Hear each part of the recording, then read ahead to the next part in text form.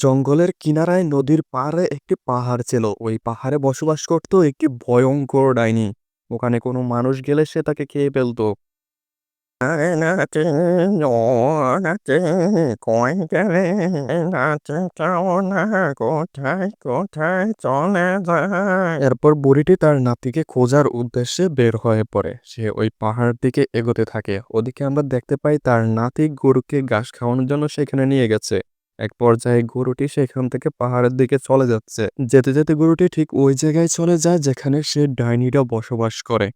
একটু বাদে আমরা দেখতে পাই সেই নাতি তার গরুটিকে দেখতে না পেয়ে গরুটিকে খোঁজার উদ্দেশ্যে বের হয়ে পড়ে। সেও সেই পাহাড়ের কাছে যায়। তখনই ওই গরুটিকে ডাইনিটা খেয়ে ফেলে। তার আওয়াজটি শোনা যায়। এরপর গরুর হাড়গুলা বাইরে ফেলে দেয়। এরপর ডাইনিটি যখন ভয়ঙ্কর রূপে ফিরে আসে তখন নাতি অনেক ভয় পেয়ে যায়। ভয় পেয়ে সে সেখান থেকে দৌড়ে পালিয়ে যায়। সে যখন দৌড়ে পালিয়ে যাচ্ছিল একটু বাদে সেখানে তার দাদিমার সাথে তার দেখা হয়ে যায়।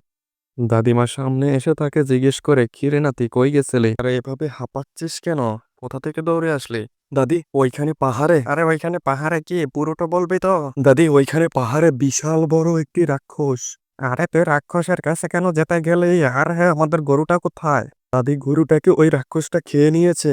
আরে না, তুই এখান থেকে তাড়াতাড়ি চলো, ওই রাক্ষসটা মানুষের গন্ধ পেলে এখানে চলে আসবে।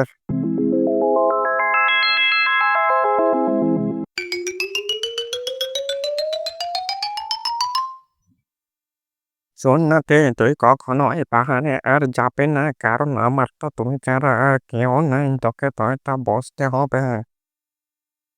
এরপর রাক্ষসটার রক্তের স্বাদ পেয়ে সে বলে যে আরে এসব পশু পাখি তো হবে না, আমার আবার মানুষের গোশত খেতে হবে।